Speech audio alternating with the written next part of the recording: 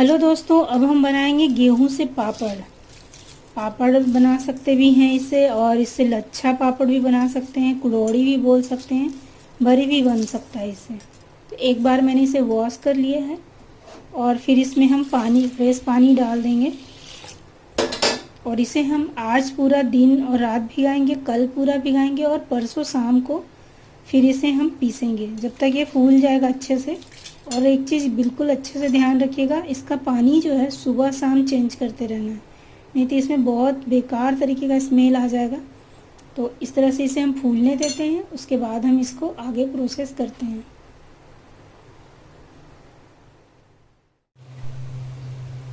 तीन दिन भिगाने के बाद आप देख सकते हैं कि ये किस तरह से फूल गया है। ये देखिए, जो गेहूँ सूखा है और जो गेहूँ भिगा चुके हम, तो किस तरह से ये फ़र्क आ रहा है। तो इसको हम अच्छे से फिर से 4-5 पानी से प्रेस करके धो लिए हैं और अब हम इसे जार में डालकर पीसेंगे। जार में थोड़ा थोड़ा डालना है और थोड़ा पानी डालना है और फिर इसे पीस लेते हैं। पीसने से पहले एक बर्तन लीजिएगा जो थोड़ा बड़ा हो और उसके ऊपर ये कपड़ा दुपट्टा जो टेरी कॉटन का हो उसको हम बांध लेंगे। और पीसने के बाद जो उसमें से निकलेगा गेहूं के अंदर ये वाइट वाला जो पार्ट होता है, ये ऐसे नहीं निकलता है, पीसते जाते हैं देखिए इस तरह से जो है निकलेगा। और पीसने के बाद जब हम धोएंगे तब निकलता है वो, तो उसको हम धोते जाएंगे और इसमें जमा करते जाएंगे। तो धो कर रखने के बाद वो काफ़ी ज़्यादा हो जाता है और जब बाद में नीचे बैठ जाता है ये वाइट वाला और ऊपर पानी रह जाता है, तो पानी को हम फेंक देते हैं। इसलिए बड़ा बर्तन लेना बहुत ज़रूरी है। पीसने के बाद ये देखिए इस तरह से कुछ दिखेगा ये, तो ये काफ़ी देख सकते हैं आप, काफ़ी चिपचिपा होता है। तो इसके लिए हम हाथों पे थोड़ा सा कोई भी तेल आप लगा लीजिए और उसके बाद इसको हम इस तरह से डाल देते हैं और कुछ इस तरह से इसे इस तरह से करके ऊपर का जो ये जिसको चोकर बोलते हैं, जब आटा जब हम छानते हैं, तो अभी ये पूरा भीग गया है, इसलिए अभी ये पूरा का पूरा चोकर आपका यूँ मोटा मोटा निकल जाएगा। इसको अच्छे से दबा दबा कर आप निकाल लीजिए और इसे एक बार और धोकर डालेंगे। इसमें पानी डालकर एक बार और धो लेते हैं। ये देखिए किस तरह से ये चिपचिपा हो जाता है और फिर से इसमें हम डाल देंगे इसको।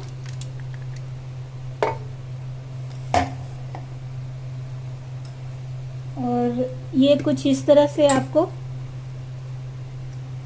दूध की तरह निकलता जाएगा और इसे हमें जमा करके रख लेना है। अभी शाम के समय में, आज तीसरा दिन है तो इसे मैं निकाल रही हूँ और कल सुबह तक इसे ऐसे ही छोड़ देंगे। तो ये जो पूरा वाइट है तो वाइट वाला नीचे बैठ जाएगा और पानी पूरा का पूरा ऊपर हो जाएगा। इस तरह से ये बिल्कुल चोकर जो है निकल जाएगा। आप इसे चाहें तो पेड़ों के नीचे डाल सकते हैं, घर पे खाद बना सकते हैं इससे। अगर आप खाद नहीं बनाते हो तो इसे बाहर फेंक दीजिएगा, नहीं तो घर पे बहुत बदबू करेगा ये। और इस तरह से बर्तन में लेकर इसे धोना है। कपड़े पे डाल कर मत निचोड़िएगा, नहीं तो कपड़े में पूरा पूरा चिकनापन चिपक जाएगा, तो निकालने में बहुत मुश्किल होगी। तो इस तरह से हम सारा गेहूं को पीस लेते हैं और पीसने के बाद इसे हम जमा कर लेते हैं। इस तरह से ये गेहूं को पूरा पीस लिए हम और ये निचोड़ कर अलग निकाल लिए हैं और ये चोकर अलग निकाल लिए हैं। इसे कहीं खुले जगह पे आप नहीं फेंकिएगा। कल शाम को गेहूं का पानी निकाल कर जब हम रखे थे तो आप देख रहे थे उसका कलर अलग था। अभी आप देख सकते हैं बिल्कुल ये पानी है। तो इस पानी को हम दूसरे बर्तन में धीरे धीरे निकाल लेंगे। इस तरह से इसे धीरे धीरे यहाँ ढार लेना है।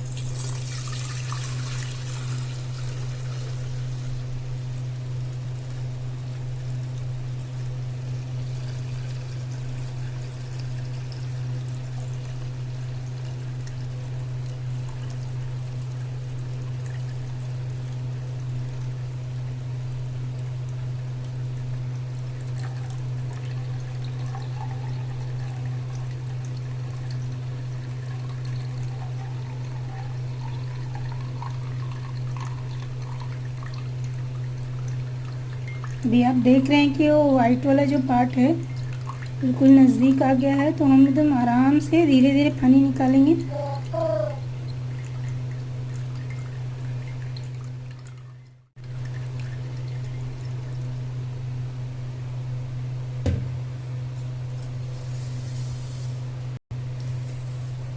और ये देखिए इस तरह से कुछ आपको मिल जाएगा, ये वाइट वाला जो पार्ट है इसका, और इससे ये बरी और कुरोड़ी जो है बनती है।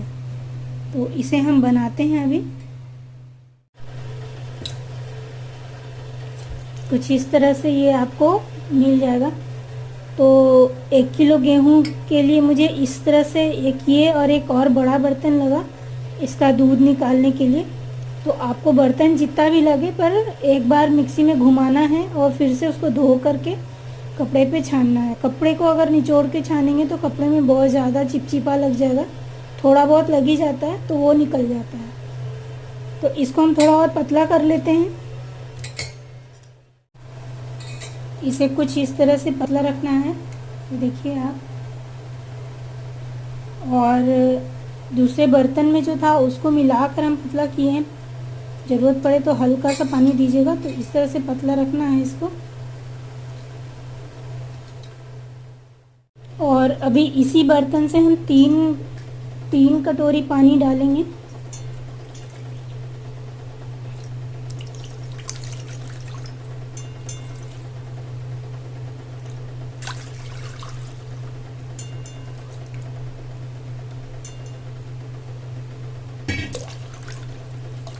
तीन कटोरी हो गया। और नमक जो डालेंगे 1 कटोरी के अंदाज से ही डालेंगे, क्योंकि जब वो सूख जाएगा तो वो तेज़ हो जाएगा। और इसे हम अच्छे से बॉयल होने देते हैं।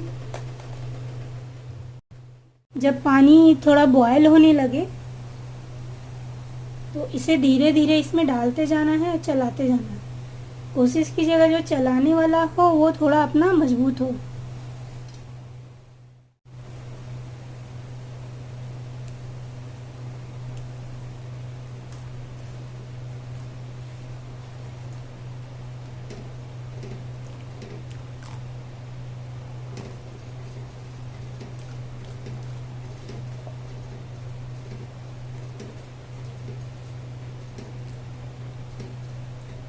और गैस को थोड़ा सिम करके रखना है।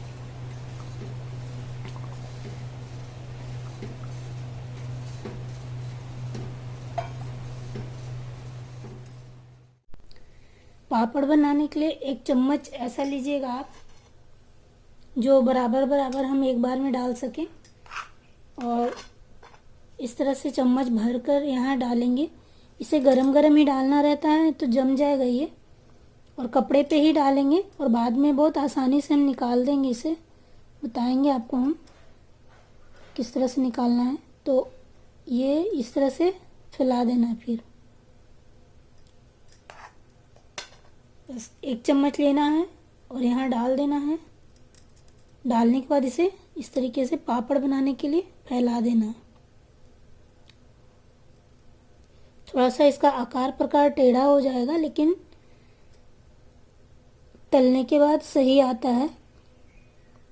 खाने के बाद तो ऐसे भी उसका आकार से टूट ही जाता है। तो बस इस तरह से चम्मच से पूरा 1 चम्मच लीजिए ताकि वो एक बराबर में आ जाए, और इस तरह से फैला देना है। अगर ये पीछे से चिपक रहा हो तो कभी कभी आप इस तरह से पानी में डुबा लें और इसको इस तरह से सीधा कर दें। और इसी से बरी बनाने के लिए भी इसी से बना सकते हैं। तो बरी बनाने के लिए बस थोड़ा सा हम यहाँ इस तरह से गिराएंगे, ये हमारी बरी हो गई। थोड़ा थोड़ा लेना है इस तरह से, क्योंकि ये गर्म है। जब थोड़ा ठंडा हो जाए तो इसे हाथ लगा सकते हैं, बरी बनाने में बन जाएगा। पर अगर आप पापड़ बनाना चाहेंगे तो नहीं बनेगा, क्योंकि जम जाएगा वो। तो हम इस तरह से चम्मच से लेते जाते हैं और डालकर फैला फैला कर बना लेते हैं।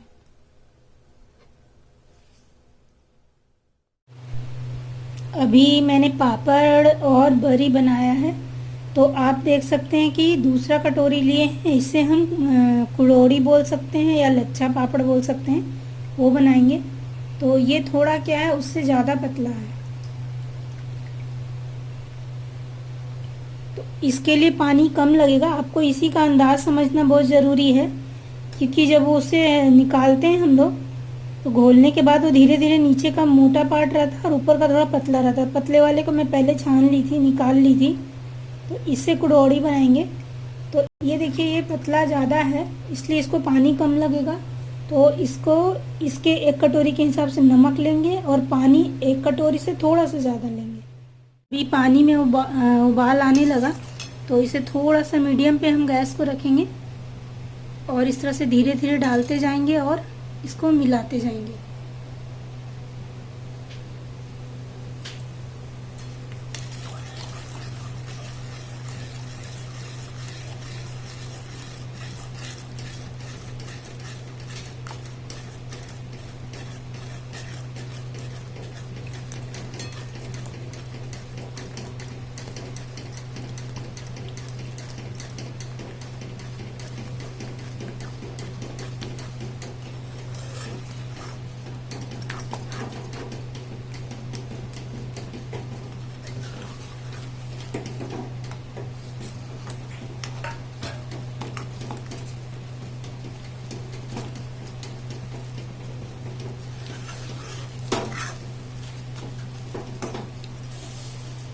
और गैस को सिम करके इस तरह से फटाफट घुमाना है, ताकि जो बचा हुआ है वो भी पक जाए।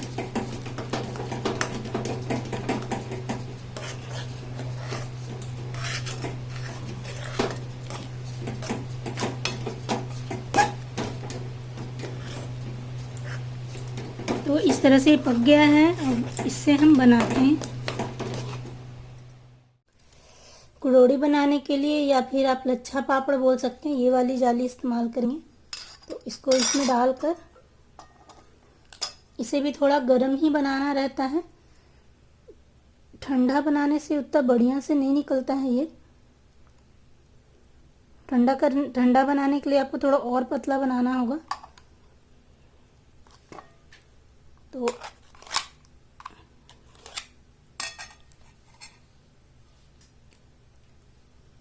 इसके अंदर भर दे रहे हैं।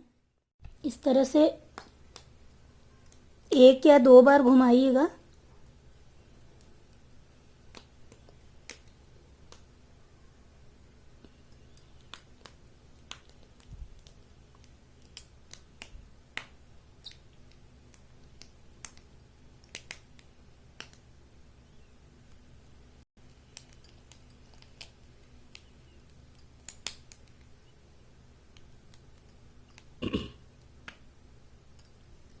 तो इस तरह से जब ये सूख जाएगा, तब इसे हम तलेंगे।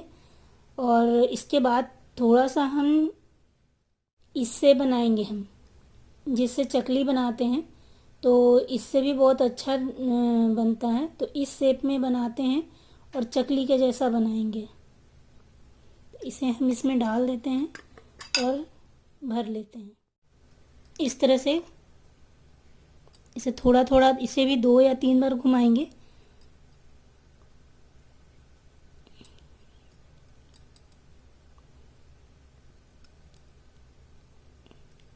और इस तरह से चिपका देंगे, तो ये हमारा चकली के शेप में हो जाएगा। थोड़ा ऊपर नीचे होता है तो कोई बात नहीं है। ये देखिए, तो ये हमारा गेहूं का चकली भी हो गया। तो इसे हम अच्छे से सूखने देते हैं, फिर तलेंगे। इस तरह से ये सूखा, अभी पूरा नहीं सूखा है, पर आप देख सकते हैं बहुत आसानी से ये निकल जाएगा। ये देखिए, ये इसको इस तरह से कपड़े पे भी निकल जाता है, लेकिन इस पॉलिथीन पे डालने से जल्दी निकलता है, पर गरम डालना रहता है, इसलिए ये अनहेल्दी है। पॉलिथीन के ऊपर गरम गरम नहीं डालना चाहिए, तो दिक्कत आएगा पापड़ को निकालने के लिए। तो पापड़ निकालने के लिए मैं आपको बताती हूँ। उसके लिए आप किसी भी बर्तन में इस तरह से पानी ले लीजिए और इस कपड़े को इस तरह से पलट देंगे। जहाँ पापड़ है वहाँ पे इसे पलट देंगे और पलटने के बाद इसके ऊपर यूँ पानी मार देंगे। इसे अच्छे से गीला करना है आपको, क्योंकि ये बिना गीला किए बिल्कुल अच्छे से निकलेगा ही नहीं। सिर्फ मेहनत होता है जब दोबारा फिर से सुखाना पड़ता है।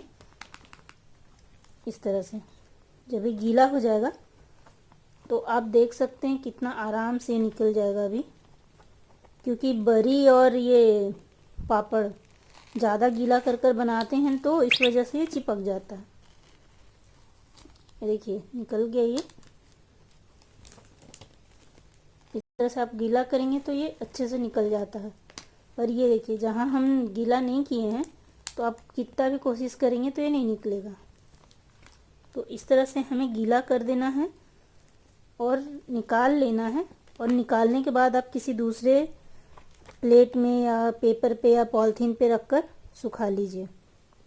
ये देखिए यहाँ पे अभी पानी नहीं लगा है तो ये दिक्कत हो रहा है निकालने के लिए।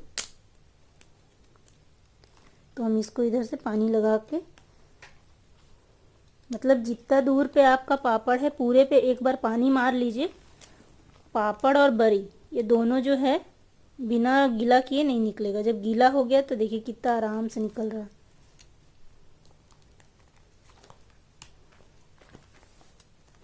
गीला होने के बाद तो इसको हम निकाल लेते हैं। और हमारा लच्छा पापड़ और जो चकली है वो तो आराम से निकल गया, ऐसे ही बिना गीला किए। ये देखिए, और फिर से इसको अच्छे से सूखने देते हैं। अभी गेहूं के सारे पापड़ अच्छे से सूख गए हैं, तो आइए इसे तलते हैं अभी हम।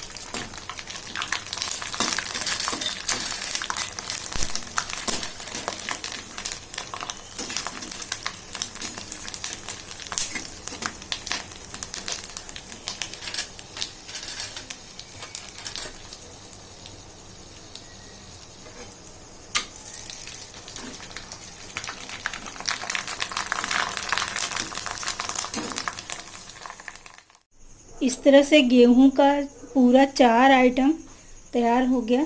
तो आप अपने घर में भी पूरे परिवार के साथ बनाइए और खाइए और एंजॉय कीजिए। Thank you.